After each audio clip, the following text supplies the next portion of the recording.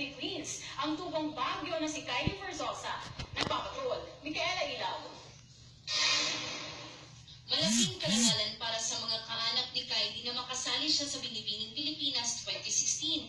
Tubong Baguio. Modelo at nagtapos ng kursong Business Management si Kylie sa Ateneo de Manila University. Sa restaurant na kanilang pag-aari, nakakabit ang kanyang mga tarpaulin. And it's really nice that our family has someone who can actually represent us.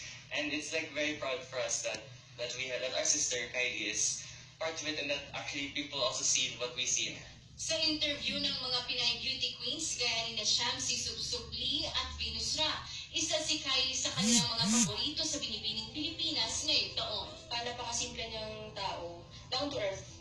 Ayan. Kaya nung sumali siya ng Binibining Pilipinas last year, at saka ngayon ulit, napaka-super proud. At sana manalo siya.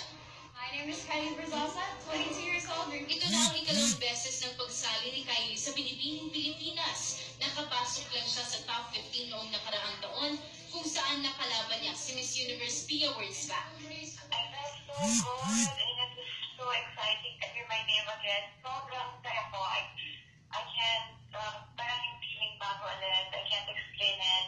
Di lamang si Kylie ang pambato ng Cordillera, kasama rin ang igorotang si Kimberly May Pension. Tubong Baguio City si Kimberly, pero taga Mountain Province ang kanyang mga magulang. Isa siya sa mga pinagpipilian na darling of the press. Suki ng mga beauty pageant si Pension.